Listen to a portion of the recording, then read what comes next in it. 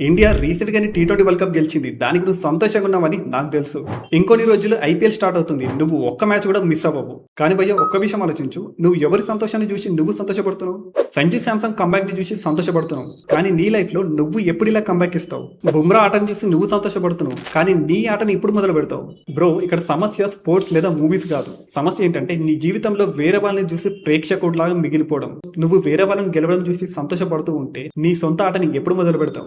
ఎందుకంటే Indian cricket team మీ ఇంటిని చూసుకోదు. సూర్యకుమార్ యాదవ్, హార్దిక్ పాండ్యా వీళ్ళెవరు నీకు డబ్బులు ఇవ్వరు. సో భయ్యా, నువ్వు ఒకటి గుర్తుపెట్టుకో, ఎవరి జీవితాన్ని చూసి నువ్వు సంతోషపడుతున్నావో వాళ్ళు చాలా హార్డ్ వర్క్ చేసి ఆ లెవెల్ వరకు వచ్చారు. నువ్వు ఇలాగే వాళ్ళ ఆటను చూస్తూ నీ ఆట మొదలు పెట్టలేవు అనుకో, ఇక జీవితాంతం ఇతరుల ఆటలను చూసుకుంటేనే మిగిలిపోతావు. కాబట్టి ఇప్పుడే నువ్వు ఒక మంచి స్కిల్ ని నేర్చుకొని ఆటని మొదలుపెట్టు. జాబ్ దొరకట్లేదా? అట్లీస్ట్ ఫ్రీలాన్సింగ్ చేయి. కోడింగ్ రాదా? ఏఐ ఆటోమేషన్ నేర్చుకో, లేదా డిజిటల్ మార్కెటింగ్ నేర్చుకో. ఇవి చాలా ఈజీగా ఉంటాయి. సో ఇప్పుడే నీ ఆటని మొదలుపెట్టి తిరిగి ఫామ్ లోకి రా. వీడియో నచ్చితే లైక్ చేయి, సబ్స్క్రైబ్ చేసుకో. నువ్వు రెడీగా ఉంటే కింద కామెంట్ బాక్స్ లో రెడీ అని టైప్ చేయి.